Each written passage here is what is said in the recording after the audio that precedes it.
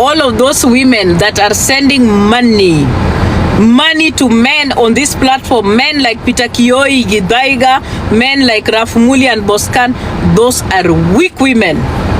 Weak women that are looking for validation and are seeking love in the wrong places. Cheap, weak women.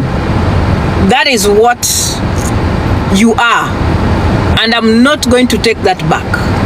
Ati siku hizi wewe ndio umekuja kuongelesha watu juu ya kuenda Kenya. Ati unaongelesha watu juu ya makaratasi za watu eti watu ni refugee. And you are a refugee for over 15 years. You are a refugee for over 15 years. You had to get a cobbler to live with you in the house.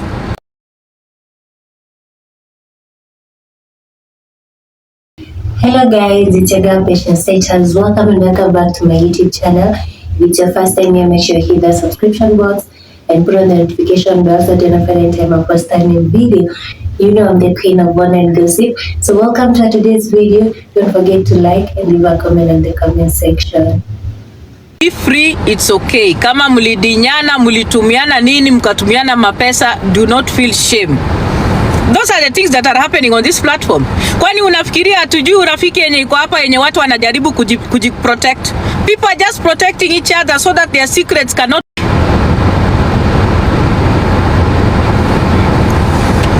So mwache kujifanya hapa ati nyinyi ndio mko ati you are setting standards for people. Please.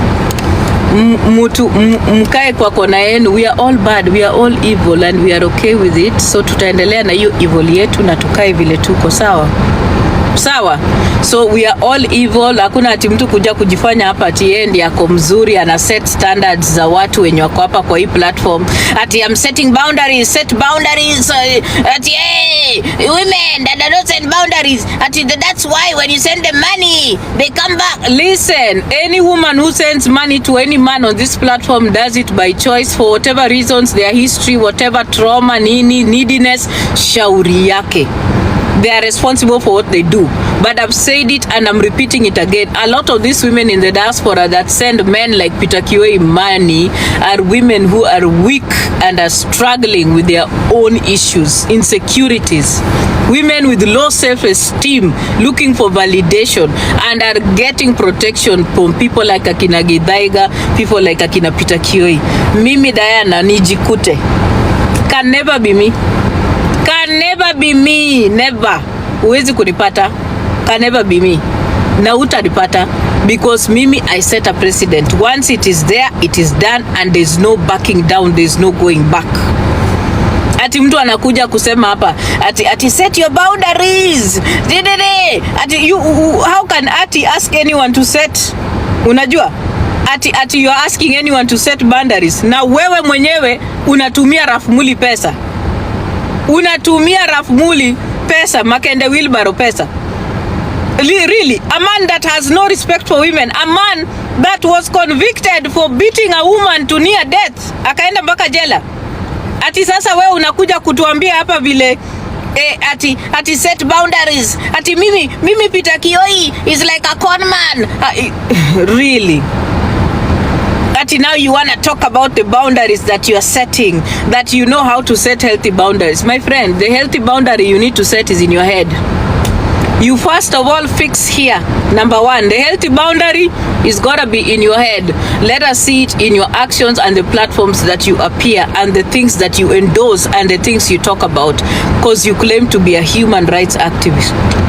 The first human rights activist I have seen associating, endorsing and being a lapdog to a man that actually violated a woman and was convicted for it. You have no moral grounding or standing to criticize anyone that is associating with Peter Kioi. You don't. You don't. And you never will. As long as you make yourself available in places where there are men that have no respect for women and children, you don't have that grounding. And you'll never have it at all. So you can't teach us about boundaries. The first boundaries you need to teach are to yourself and your esteem issues, because you seek validation by associating with violent men like Rafumuli. So you are the one who is the weakling. You are the weakling, and you are a person that has iniquities that you need to check yourself first. And I've said, and I've always said it, and I'll repeat it. You are the English version of Mwakio. You took advantage of women on Facebook and you are taking advantage of them. Now you have come here and you are doing the same thing by claiming to have a voice. I'm confident. I know myself. You don't know yourself. You don't. You wish you did. You are the woman that is the weakest on this platform. Weak. And you lack self-esteem. And that is why you protect yourself with men that are violent. You surround yourself with men who are violent because you think those men are gonna do your dirty work. And then you slowly creep into other women's inboxes. You pretend that you are the best friend that they ever had, that you are a good person, you don't record people, you don't share conversations, while you are the best recorder on this platform. The first person to ever send me a recording of anyone on this platform was Ati Bamburi Cement. When she recorded Ayeko's friend, she was the first person to send me a recording. The second time she sent me a recording was when she recorded Choku, and she sent it to me. And the third person, when she put me on the phone, when she talks to Nyako and she talks to Merupriti, anapiga simu, ananiweka kwa simu nasikiza. Now you have no business claiming that you don't record people while you record people and the evidence is there. Bullshitter. Hala. Sa ile conmen wanaitwa Ati, include yourself in the number. Don't ever pretend that you are not one. If you are not a con woman, how many times were you taken to court? Even mpaka for child trafficking and human trafficking. The records are there in Kenya. And you're out here trying to sanitize yourself. And your obsession with mentioning and calling Diana Ross all the time, 24/7. You can't sleep without talking about me. You can't do anything without mentioning me. While Mimi, I don't even care about what you do. All the time, Diana Ross. Every time you sit on a platform, it's Diana Ross. You must mention and make references to me. Please take care of your issues, my friend. I'm not one of your problems. You have bigger problems than Diana Ross. Things that you need to take care of. Umesikia? So many problems that you have. The debts that you have in Kenya, plus the recurring syphilis na kaswende yenye uko nayo. Those are the bigger problems you need to take care of. Not me. I'm not one of those problems. So mimi unikome na unitue. Na nimesha kuambia mimi hapa kwa hii platform, all of those women that are sending money to men on this platform, men like Peter Kioi, Gidaiga, men like Rafumuli and Boscan, those are weak women. Weak women that are looking for validation and are seeking love in the wrong places. Cheap, weak women. That is what you are. And I'm not going to take that back. So you need to take care of yourself. Any woman in this platform mwenye anapatia mwanaume yoyote mwenye anakosea wanawake na watoto heshima, pesa kwa hii platform ni mwanamke mpumbavu, mjinga, hajitambui, na nimesema. And I'm not taking it back. And there is another fool that I needed to address. Ati alikuwa anasema, nilikuwa nimesahau. Ati anasema ati, ati I'm going to Kenya. Mimi I'm traveling to Kenya. Ati mtu wako stateless. Chekesha. A woman that stayed for over 10-15 years in Germany without even getting paperwork. Ati unakuja kuniaddress vile tunaenda Kenya. Na Kenya umepelekwa na TikTokers. Sisi ndio tumekupeleka Kenya. How many times did you get to go to Kenya? You had to stay with a cobbler for over 13 years ndio upate makaratasi. Uliweka mtu mwenye anashonesha viatu kwa nyumba ndio at least upate makaratasi. Hizo miaka 13 nani aliongea? Who talked about you? Who even talks about, unafikiria tujui? Ati siku hizi wewe ndio umekuja kuongelesha watu juu ya kuenda Kenya. Ati unaongelesha watu juu ya makaratasi za watu eti watu ni refugee. And you are a refugee for over 15 years. You are a refugee for over 15 years. You had to get a cobbler to live with you in the house. Ndio akupatie makaratasi ya kutengenezea at least angalau ushikako kamimba kidogo ukae. Ala? Ati sasa wewe ndio unakuja kuaddress watu because you think you are now in a better place because watu wamechanga ukaibia watu pesa, unaweza ukapanda ndege uende nyumbani. Me have no business going to Kenya, my friend. My children are all here. What am I going to do in Kenya? Sihitaji kwenda kuchinja kondo. Mimi niko tu sawa. My kids are here. I don't need to go to Kenya. Na sina nini? Sina mwanaume naenda kutombana na yeye nyuma ya pajero nikienda Kenya. Sihitaji kwenda kutafuta nini mboro Kenya kama wewe. I don't. Wewe lazima utafute. Ala, that's why you need to go to Kenya, my friend. Me, I don't need to go to Kenya. I don't need to travel to Kenya. I don't. I can only go to Kenya if I have business in Kenya. Like in 2027, I have business in Kenya. That's why I'm going to Kenya.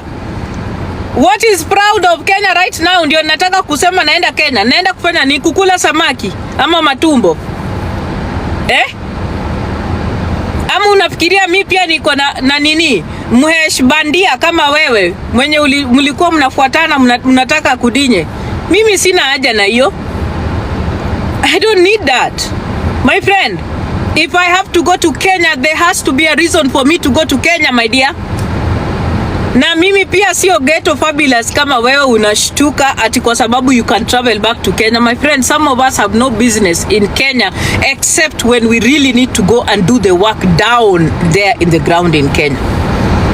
We go when we can and when we want. Watoto wangu wako hapa, naenda kufanya nini Kenya? What am I going to do in Kenya? Tell me again. Ati, me, I'm going to Kenya. Unaenda Kenya because that's the only way you can satisfy your need to feel complete. Wewe bado unaishi kwa ile enzi za ukifikiria mtu amepanda ndege ati wewe ni mtu mwenye uko important. Hello? I go to Kenya when I have business to go to Kenya. Umesikia? So don't try ati kuni address ati siendi Kenya nyenya jinga hii takataka wewe. You keep on talking about people and you have no idea even how the system works in America. Wewe mwenye unajua system yenu ya Germany, mbona huja manage kukua okay in Germany? Mbona huja manage kukua okay in Germany? Why do you still have to struggle and come here and steal over 20 million from us? Ati una feed wazee wa baba kwa street. Ati unakuja hapa kujifanya ati wewe ndio unajua maisha ya watu. My friend. Mimi utanikoma. Umesikia? Stay in your lane and stay away from me. Nimekuambia. Unikome and you do your dirty work away from me. I don't want to be associated with your dirty and stupidity. Unikalie na uko kando kabisa. Ati mimi I'm going to Kenya. Who even made you go to Kenya? Is it not us TikTokers wenye alikuwa na kuchungia pe? Ulijua Kenya lini? You are a refugee for over 15 years. Na uko hapa unaongelelea familia za watu. We mwenyewe familia yako iko sawa? You talk about people's families and people's lives. Is your life okay? Is your family okay? Your family is in unison. Your family is the best, Mko sawa kabisa? Hala, kama familia yako iko sawa, mbona dada yako alichukua mume wako? Unasema eti watu wanataka kukua kama wewe. Ati I want to look like you, my friend. Who wants to look like you? I don't want to look like you. You look like a black kangaroo that works out. Nani anataka kukaa hivyo? Umesitunya hivi. Nani anataka kukaa kama wewe? Nani? Why would I admire you? Why would I want to look like you? You think you're beautiful for me? Me, I'm not even I don't even know how to describe how you look, honestly. The only thing I keep on seeing ni hizo mamisuli yani you look like a man to me, honestly. And you body shame people while you look so weird. Enda jiangalie vizuri. You look like a black kangaroo. A black kangaroo that goes to the gym every morning. Hivi umestunya hivi. Hala? Ati una body shame. Why do you body shame me? For what? Well, you look like yourself, we mwenyewe. Kama uko mrembo vile uko mrembo hivyo, mbona hujawahi kupata mwanaume wako peke yako ukae naye? The way you are beautiful. Why do you have to look for somebody's husband all the way to Kenya? Una fly, unaenda kutafuta mwanaume bwana ya mtu Kenya kama uko mrembo. Si ungepata mwanaume wako hata hapo Germany. Kwani Germany hakuna wanaume? You keep on talking about how beautiful you are, but you cannot attract nothing beautiful. You keep on attracting chokoras. Unadinyana na takataka ya Germany. Yawa. Ati unaongelelea watu the way you're beautiful and you are everything nice. Ati you talk about people's bodies while you can barely find even, yani you can't find even any normal man akae na wewe. Any normal man cannot live with you because you think you yeah, magi hata nisionge. Ati unakuja kuongelelea mwili za watu. Shame on you. Get yourself busy, my friend. Umesikia? Now, there is nothing you can do. Mimi, when the time comes for me to go to Kenya, I will go to Kenya when I have the business in Kenya. And I will do what I want to do in Kenya when the time is right for me to do what I need to do in Kenya. That is what I will do. And nimesema hapa kwa hii platform, we are going to coexist in this platform. We are going to respect each other on this platform. We are going to exist with respect to this. Kama utaki Diana, you will block me. Period. And we move. Kama Jacqueline ataki Diana, block Diana. Period. And we move on. Kama utaki Diana, block me and you move on. But you cannot be obsessing about me, opening a live every time, talking about me. For what? For what reason? I'm not in your league, bwana. Munikome. I'm not in your league and I never will be. And I've told you every day. So you need to stay away from me. Okay? And I've said it. A lot of you have a lot of unlearning to do. And I'm saying unlearning with respect because of the way you grew up, your histories, the things you are exposed to, the education. Wengi wenu mumepanda mandege mumekuja ngambo, lakini bado there is a lot of unculturedness in you. You haven't changed it. There is so much you need to unlearn because you have inherited the toxic narrative and traits from your forefathers, and that is why you are here with these behaviors that are so barbaric. Nani mwenye ako diaspora anarudi kutumia mwanaume ako Kenya ati 20,000 kumwambia I love you in the morning? Like you call someone a man that has no respect for himself, a man who has no job, someone like Peter Kioi mwenye hata kazi yake haijulikani, a man whose medical records we saw after a test was done on a woman who accused him of rape. It was clear what happened. Ati now that's the man you are sending money to. Ati you like him. Ati napenda vibes zake. You women need a lot of checking to do with your heads on this platform. There is a lot of work that you will need to do, and it begins with your inner self. You need to check yourselves and your issues within yourselves so that you unlearn those things that you went through as a woman growing up, so that you can actually relieve yourself from them. And then you will start attracting the right men and you will know where to take your money. But you don't give a man like Peter Kioi money and then you want to pretend here ati Peter Kioi is taking advantage of you. No, listen, you put yourself in that situation. You made yourself available to men that have no respect for women. So you're going to have to deal with that shit because you created it. You made yourself available to that situation. So you can't come back here and claim ati now somebody was abusing you, ati somebody that has no respect for women. No. He was good while he lasted. While he did your dirty work, while he was climbing platforms na anatusi wanawake wenzako on your behalf, you are happy with him. Sa ile Peter Kioi wanapanda platforms kutusi wanawake wengine, si mlikuwa umefurahia? Si mlikuwa mnapenda? Mlikuwa mnampatia pesa? So you are even taking other people. Mulikuwa mnatoa mpaka wanaume wenye wanatusi wanawake kwa jela ni nini? So don't pretend here. Ati now you are uncomfortable. You created that monster. You fed that man. You gave him money. Told him you loved him. You checked on him every morning. So you are going to have to deal with the bullshit that you created on this platform. That monster you created, you are going to have to deal with him. You are going to be carrying his burden, and you are going to carry that shame until you need to learn and unlearn the toxic narratives and the stereotypes against women that you have adopted because of your uncouth and unculturedness and your lack of exposure. It's not our business. And that is the payment you get every time you associate yourself with men that have no respect for women. They will disrespect you. They will bring you down. They will humiliate you. They will dehumanize you. They will make you feel useless. That is the payment that you get for exposing yourself in spaces where patriarchy thrives. And when I tell you you need to work on books, is what I mean. Na wanawake na warudilia hapa, so many vitabu is very important. You need to read books, because when you read, you get emancipated. You open your mind, you open your head. You get to understand how life works.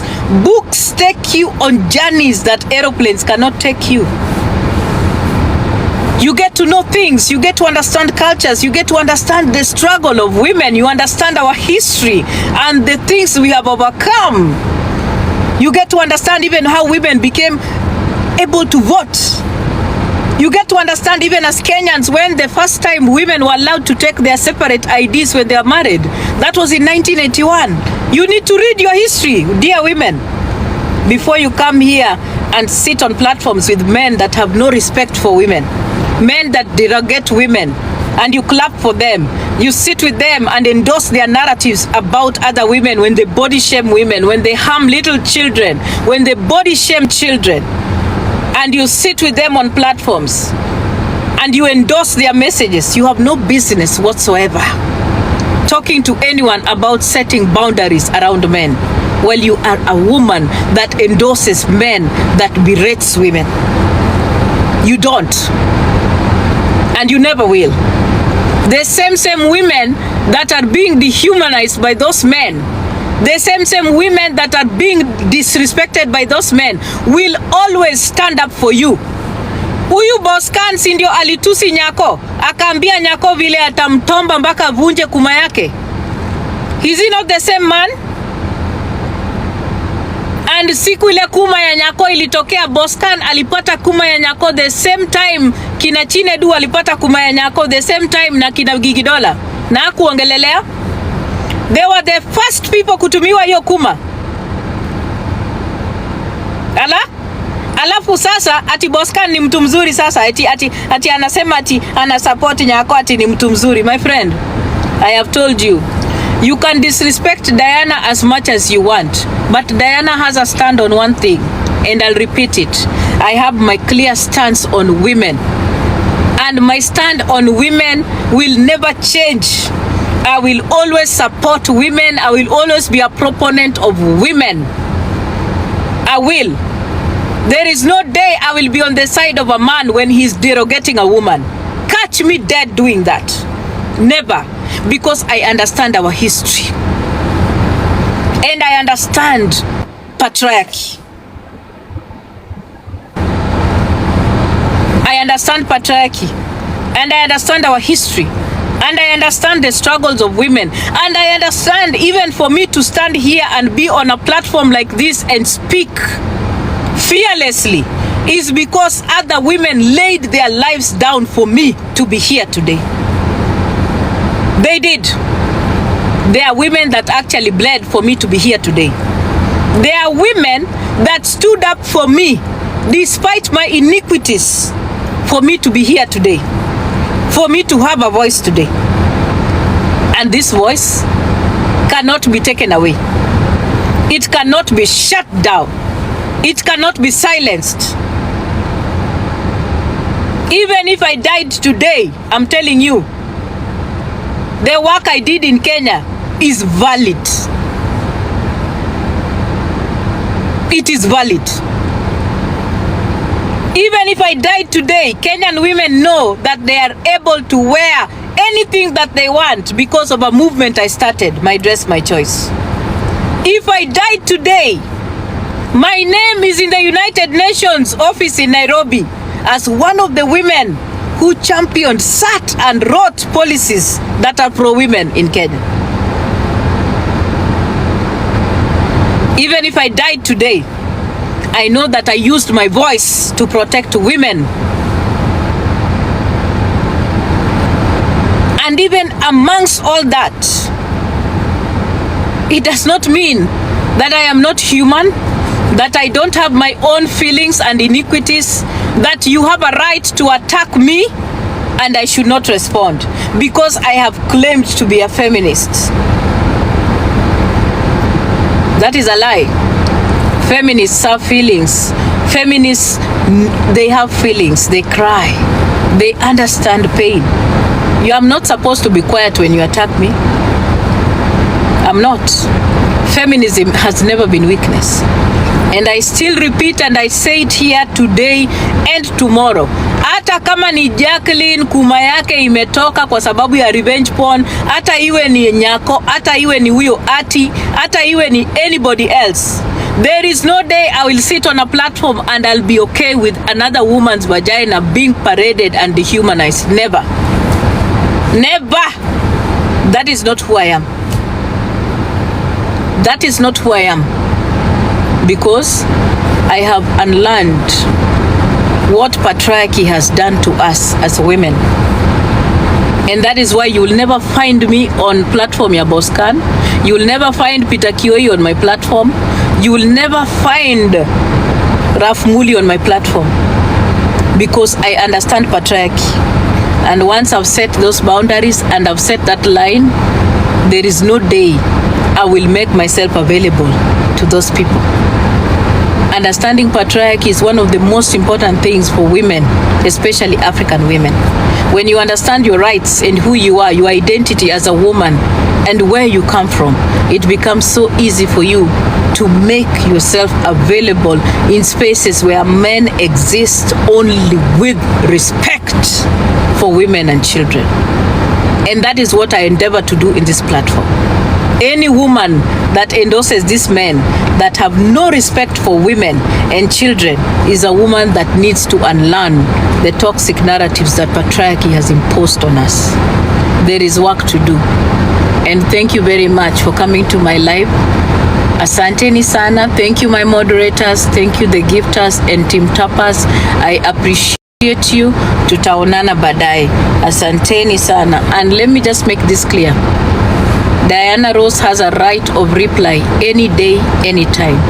You talk about me anywhere, I choose if I reply or not. I will. So please have yourselves a lovely evening. I am now getting ready to go to work. I hope that you can take care of yourselves. And thank you for coming to this live. Asanteni sana, tuonaneni baadaye. Thank you, Kasina. So thank you so much guys for viewing this video. Thank you for watching to the end. Make sure you like, share, comment, subscribe, and put on the notification bell so that you're notified anytime I post a new video. Thank you so much, and I'm going to see you on my next video. Goodbye.